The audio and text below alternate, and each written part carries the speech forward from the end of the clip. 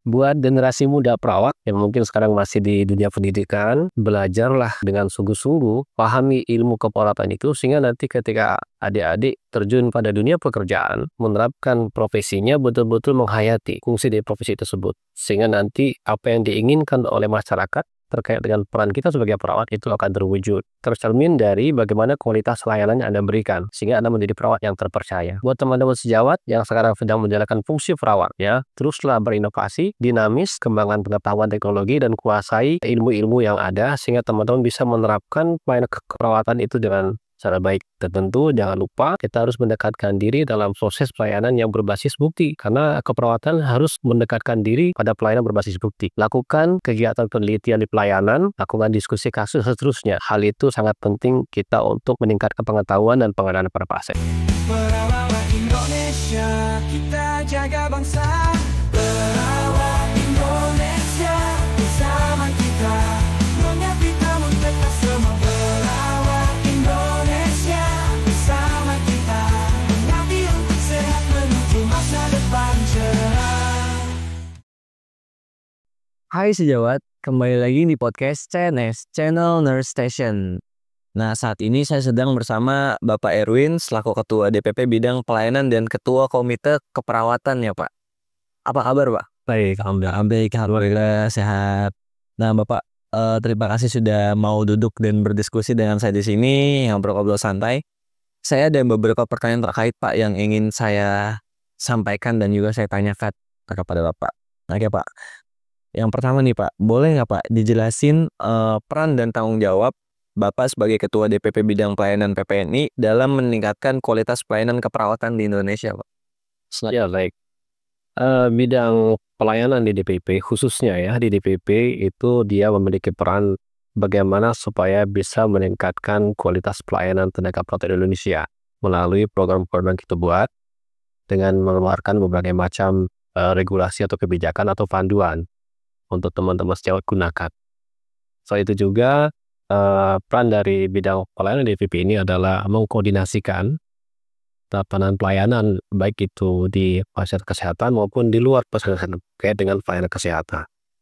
Dan kita juga di DPP ini di bidang pelayanan juga ada beberapa badan-badan yang bisa bekerja sama untuk meningkatkan pelayanan tersebut, baik di pelayanan rumah sakit maupun pelayanan-pelayanan yang di luar rumah sakit, seperti khususnya ada masalah bencana dan lain-lain.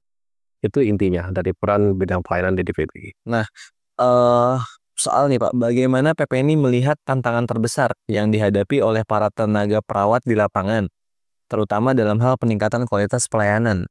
Ya, kalau kita bicara kualitas pelayanan sejawat kita di pelayanan, tentu saja kita melihat dari beberapa aspek ya. Betul.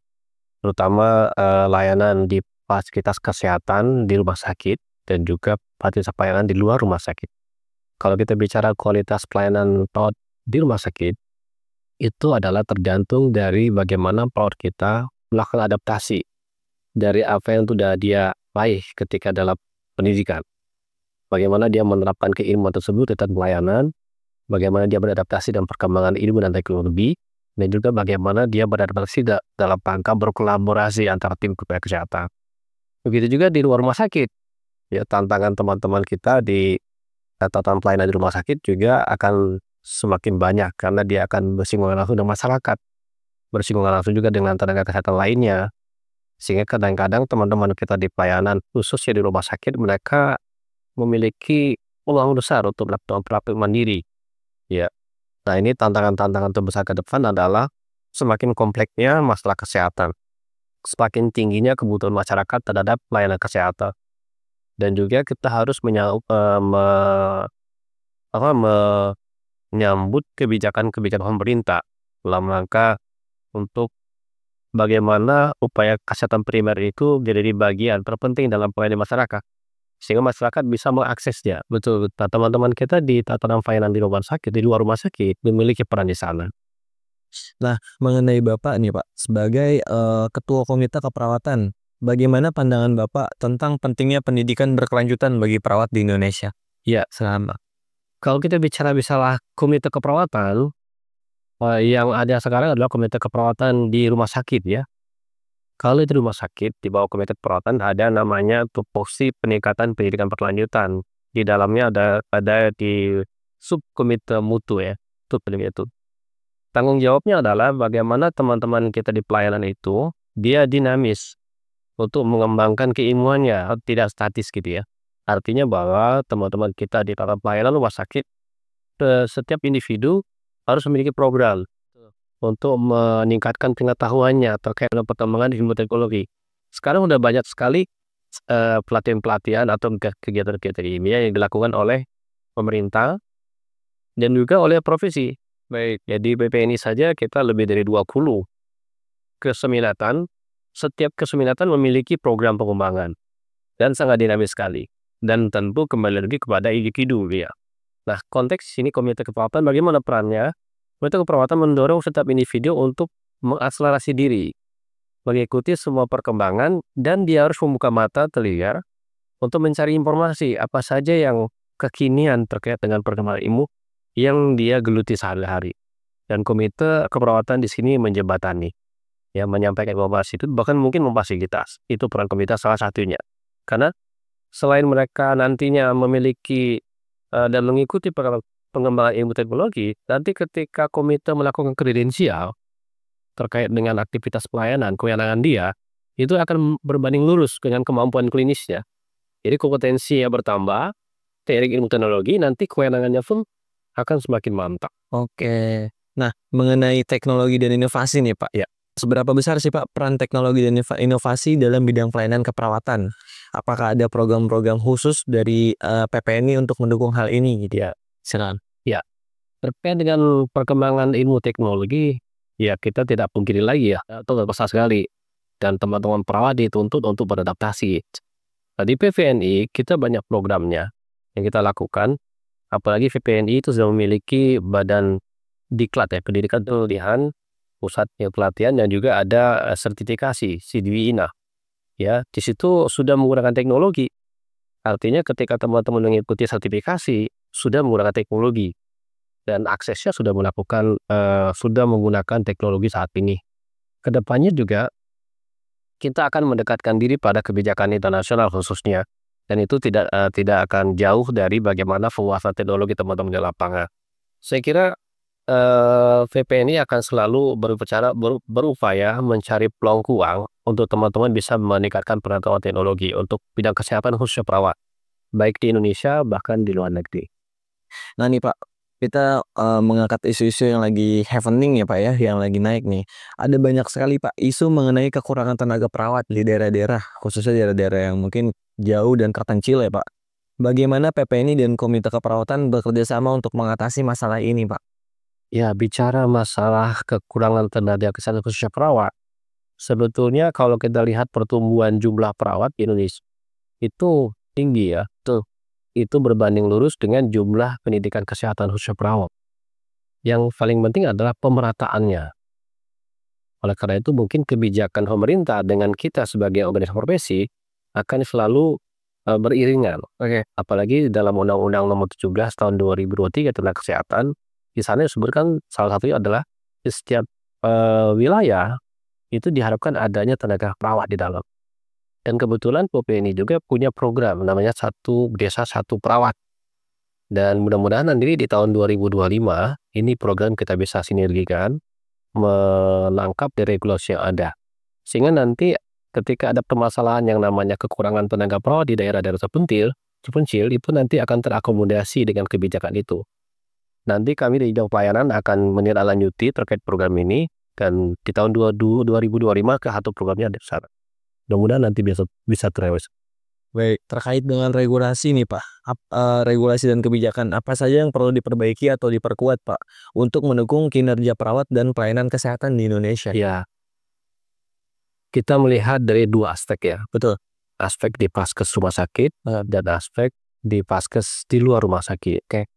Kalau kita bicara kebijakan, tentu saat ini yang kita acu adalah Undang-Undang 17 tahun 2023 dan PP 28 sebagai peraturan pelaksananya, setelah peraturan-peraturan lainnya yang akan disusul.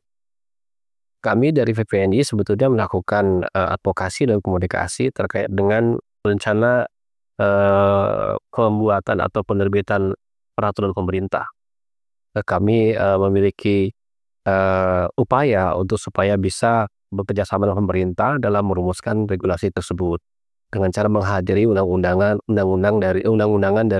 dari pemerintah terkait pembahasan. Harapan kita adalah regulasi ke depannya itu bisa memberdayakan tenaga perawat yang tadi, termasuk penyebarannya, pemanfaatannya, dan pengembangannya. Sehingga nanti masyarakat bisa lebih mudah mengakses kesehatan melalui perawat.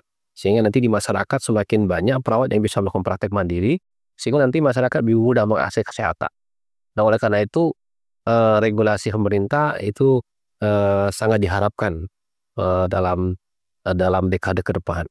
Di internal PPNI, kami membuat regulasi internal organisasi untuk mempermudah teman-teman kita dalam melakukan praktek perawatan. Dari regulasi yang sudah ada seperti buku 3S, standar diagnosa, standar luaran, standar intervensi, kita akan terus lakukan penyesuaian revisi dengan teknologi yang ada. Dan bahkan mungkin ke depan kita akan buat aplikasi online untuk digunakan oleh teman-teman di lapangan. Dan juga kita akan melakukan revisi regulasi yang ada, bahkan membuat regulasi yang mungkin akan mempermudah teman-teman dalam melakukan prakteknya. Insya Allah ke depan lebih bagus. Oke Pak, terkait kolaborasi nih Pak, bagaimana sejauh ini kolaborasi antara perawat dan profesi medis lain nih Pak dapat ditingkatkan untuk mendukung pelayanan kesehatan yang lebih holistik? Ya, sudah tentu itu sangat diharapkan. Itu artinya kolaborasi antara perawat dengan dokter, perawat dengan nakes lain, itu harusnya menjadi mitra dalam pekerjaannya. Nah, di dalam konteks kemitraan ini, itu dituntut setiap perawat untuk dirinya itu ditingkatkan kompetensi dan pengetahuannya. Sehingga dalam kemitraan itu akan saling beriri, sesuai dengan bidang keilmuannya, seperti perawat. Ketika dia melakukan asuhan perawatan pada pasien tertentu, maka dia harus menguasai aspek-aspek saja, apa saja keperawatan untuk menangani pasien itu. Sehingga dalam kolaborasi itu bisa berdiskusi bagaimana memberikan yang terbaik buat penanganan pasien tersebut. Dan itu harus kita tanamkan kepada setiap perawat dengan cara tadi pengembangan kompetensi dan pengembangan pengetahuan terkait dengan perkembangan ilmu dan teknologi, khususnya penanganan penyakit. Oleh karena itu, harapan kita adalah setiap individu perawat itu bisa mengakselerasi diri, menguasai ilmu dan teknologi untuk pengobatan, sehingga dalam diskusi penanganan itu lancar gitu ya. Keputusan yang diambil juga akan berkepentingan pada pasien, yang akhirnya nanti akan memberikan dampak yang baik. Nah, apa nih Pak harapan Anda Pak untuk kedepannya, untuk masa depan profesi keperawatan di Indonesia dalam 5 hingga 10 tahun ke depan? Ya, kalau kita lihat prospek perawat 5-10 tahun ke depan, dengan adanya perkembangan informasi dan teknologi, saya kira akan sangat besar peluangnya, baik di dalam negeri maupun di luar negeri ya. PPNI sudah memiliki cabang di luar negeri ada 5 negara, dan cabang PPNI di 5 negara ini memberikan informasi-informasi kebutuhan tenaga di luar. Ke depan mungkin PPNI akan menjembatani supaya teman-teman yang berminat untuk bekerja di luar negeri melalui kemitraan dengan PPNI dan juga cabang PPNI di 5 negara itu bisa kita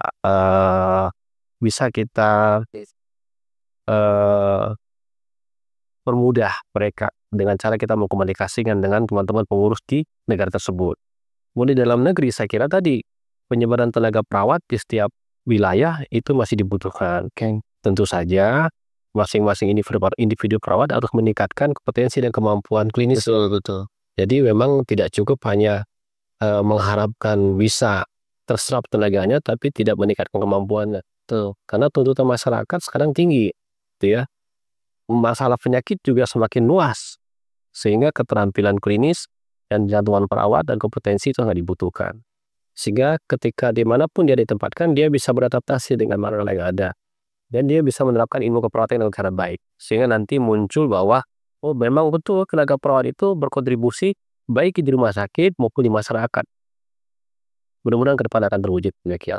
Terakhir nih Pak, ada nggak Pak pesan atau saran untuk sejawat perawat muda yang akan bergabung untuk ke profesi perawatan ya Pak, dan juga untuk sejawat perawat yang sudah menjalani profesi ini bertahun-tahun untuk memberikan pesan dan motivasi untuk mereka semua? Silakan Pak. Buat generasi muda perawat ya, yang mungkin sekarang masih di dunia pendidikan, maka belajarlah dengan sungguh-sungguh, pahami ilmu keperawatan itu sehingga nanti ketika adik-adik terjun pada dunia pekerjaan, menerapkan profesinya betul-betul menghayati fungsi dari profesi tersebut. Sehingga nanti apa yang diinginkan oleh masyarakat terkait dengan peran kita sebagai perawat itu akan terwujud. Tercermin dari bagaimana kualitas layanan yang Anda berikan. Sehingga Anda menjadi perawat yang terpercaya. Buat teman-teman sejawat yang sekarang sedang menjalankan fungsi perawat, ya, teruslah berinovasi, dinamis, kembangkan pengetahuan teknologi dan kuasai ilmu-ilmu yang ada sehingga teman-teman bisa menerapkan pelayanan keperawatan itu dengan cara baik. Dan tentu jangan lupa kita harus mendekatkan diri dalam proses pelayanan yang berbasis bukti. Karena keperawatan harus mendekatkan diri pada pelayanan berbasis bukti. Lakukan kegiatan penelitian di pelayanan, lakukan diskusi kasus seterusnya. Hal itu sangat penting kita untuk meningkatkan pengetahuan dan pengenalan pada pasien. Tetap semangat. Nah, itu dia teman-teman sejawat, podcast saya hari ini dengan Bapak Erwin selaku Ketua DPP Bidang Pelayanan PPNI. Tapi sebelum itu saya ingin menginformasikan kembali PPNI Pay sudah rilis di Play Store. Bisa kalian langsung cek aja di situ. Jadi PPNI Pay ini Pak aplikasi tagihan untuk pembayaran tagihan secara online, baik untuk beli pulsa, token listrik, bayar BPJS, semua bisa kalian bayar di situ. Saya sudah install. Sudah ya, saya sudah beli pulpen. Oh, udah aktivasi di Transaksi sudah 1 bulan yang lalu. sudah sebulan. Wah, bagus ya keren. Bagus ya teman-teman ya saya. Yuk langsung di-download, linknya di deskripsi. Baik sejawat perawat, terima kasih banyak untuk kalian semua yang sudah tonton video ini sampai akhir. Jangan lupa like, komen, dan juga subscribe. Salam sejawat, terima kasih. Assalamualaikum warahmatullahi wabarakatuh. Dadah.